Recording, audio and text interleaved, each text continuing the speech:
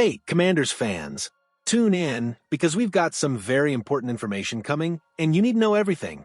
Here on the channel, you'll find all the latest news about our team with breaking news and everything a true Commanders fan needs to know. So, first of all, subscribe to the channel and activate the bell, because here you'll receive everything firsthand and never be out of date. Oh, and leave your like right now to strengthen this incredible community and show that Commanders fans are always there. No more ado, hang in there, because today's news is unmissable. Now, let's get straight to the point. The Commanders confirmed what fans have known for weeks about Trey Amos. Trey Amos is no ordinary rookie. The best thing you can say about rookie cornerback Trey Amos is that you don't hear his name called that often. That's not a bad thing, not by a long shot. At a time when the Washington Commanders were crying out for consistency in their cornerback unit, Amos stood out. Adam Peters thought he'd found a bargain with the 61st overall pick in the 2025 NFL Draft, and he's exceeded expectations so far. Amos may not be the headline grabber others are, but he's doing an exceptional job. He immediately asserted himself over the summer. The Ole Miss player carried that over into the regular season, displaying the expected sound coverage, mirroring skills, and physicality. He's still not perfect, but his exceptional performance in Week 5 against the Los Angeles Chargers was another good example of his potential as a franchise cornerstone. Joe Witt Jr. confirmed Trey Amos isn't your average Commanders rookie. Joe Witt Jr. praised Amos in his weekly press appearance. The defensive coordinator praised his maturity, performance, and ability to absorb information. He also confirmed what fans have known for weeks. This isn't your average rookie cornerback. He doesn't walk around like a rookie. He doesn't play like a rookie. We don't protect him at all. We don't cover him, and he just accepts any assignment and runs with it. If someone gets him the ball, which he hasn't given up on many occasions, it doesn't faze him. When he plays outside the numbers, especially in the pressure game, they don't really target him. He's very mature. He's a quiet kid, but he's smart. He understands, and sometimes rookies don't understand on a global scale. Rookie cornerbacks face a more difficult transition than most other positions. Facing elite wide receivers capable of punishing even the smallest mistake leaves no room for error. Previous regimes missed some top cornerback picks, but Peters appears to have nailed it with his first two picks, Amos and Mike Sainristil. It's still early, but Amos appears to be in shape. There's work to be done to improve his run-fighting efforts, but the Commanders appear to have a blocking cornerback on their hands if the necessary improvements are made in the coming years.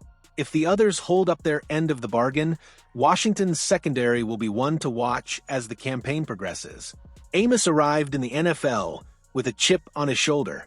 He was a guaranteed first-round draft pick, but he suffered a drastic decline after a back issue emerged during his medical evaluations. An NFL insider comments on Terry McLaurin's injury, and his practice status leaves uncertainty for the Commanders.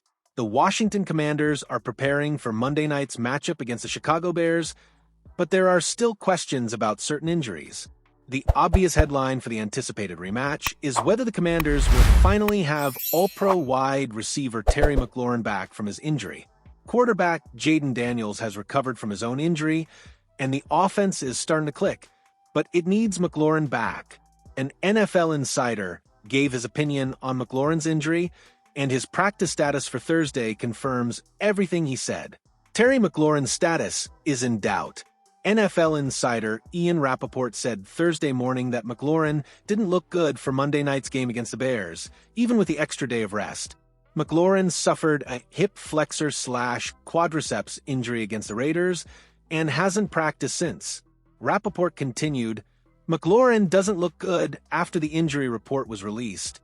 Technically, McLaurin was practicing, but he was shirtless on the sideline and was listed as DNP, meaning he didn't practice. He has 2 more days of practice to get on the field and at least have a chance to play Monday night, but I'd be surprised if he played. The Commanders had Noah Brown back as a limited participant, so hopefully some reinforcements could return for Daniels and the offense. Brown was the standout performer last season against the Bears, And who knows what crazy plays he could make Monday night. McLaurin and Brown weren't the only injuries listed today, as running backs Chris Rodriguez Jr. and John Bates also appeared on the injury report. Deebo Samuel suffered a heel injury last week, but played his best game of the season, having had a day off today. Bates has just recovered from an injury and appears to have a shoulder injury, so he's worth keeping an eye on for the rest of the week. Right guard Sam Cosmi is expected to play this week or against the Cowboys next Sunday, which could make for an even better offensive line.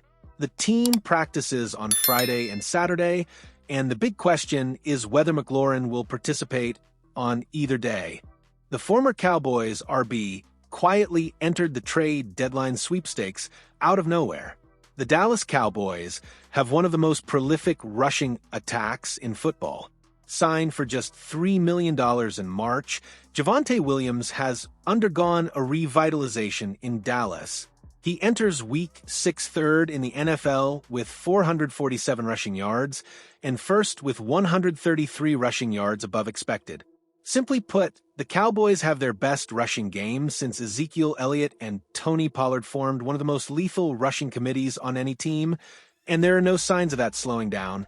Despite this, it's still good to see former Dallas running backs like Pollard and Rico Dowdle thriving elsewhere. While Dowdle appears poised to fulfill his one-year contract with Carolina, Pollard could find himself involved in some trade negotiations before the November 4th deadline.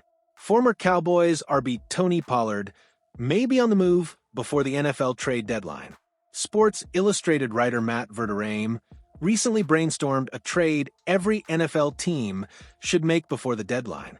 He circled the Commanders as a potential location for Pollard, which would reunite him with former Cowboys defensive coordinator Dan Quinn. It's hard to see the Commanders giving up more draft picks after the Deebo Samuel and Laramie Tunsil trades. But Washington needs a running back after trading Brian Robinson Jr. to San Francisco and losing Austin Ekeler to injury this season. Verderame wrote, Cowboys fans likely don't want Pollard to return to the NFC East if he's traded. While the Commanders make sense, other teams need a running back. The Chargers, for example, will be without rookie Amarian Hampton for 4 games after he was placed on injured reserve. The Chiefs desperately need a burst behind Isaiah Pacheco and Kareem Hunt, and the Cardinals are without their 2 top running backs, James Conner and Trey Benson. Related, Cowboys icon Ezekiel Elliott may have just gotten the chance he desperately needed. The Titans wouldn't be wise to take a talented runner like Pollard away from rookie quarterback Cam Ward, who has shown star potential in his first 5 starts. But the front office may have other ideas, such as recouping more draft picks to accelerate the rebuild. Pollard is no longer guaranteed after this season, so any team acquiring him wouldn't be locked into a long-term contract. And Pollard is only due $9.25 million against his salary cap next year, a small increase from the $8.47 million he received this season. Pollard would undoubtedly be a valuable acquisition for any team in the running. He currently ranks 11th in rushing, which is impressive considering how inept the Titans' offense has been at times. He also ranks 8th with 252 yards after contact and 7th with 16 forced missed tackles, according to PFF.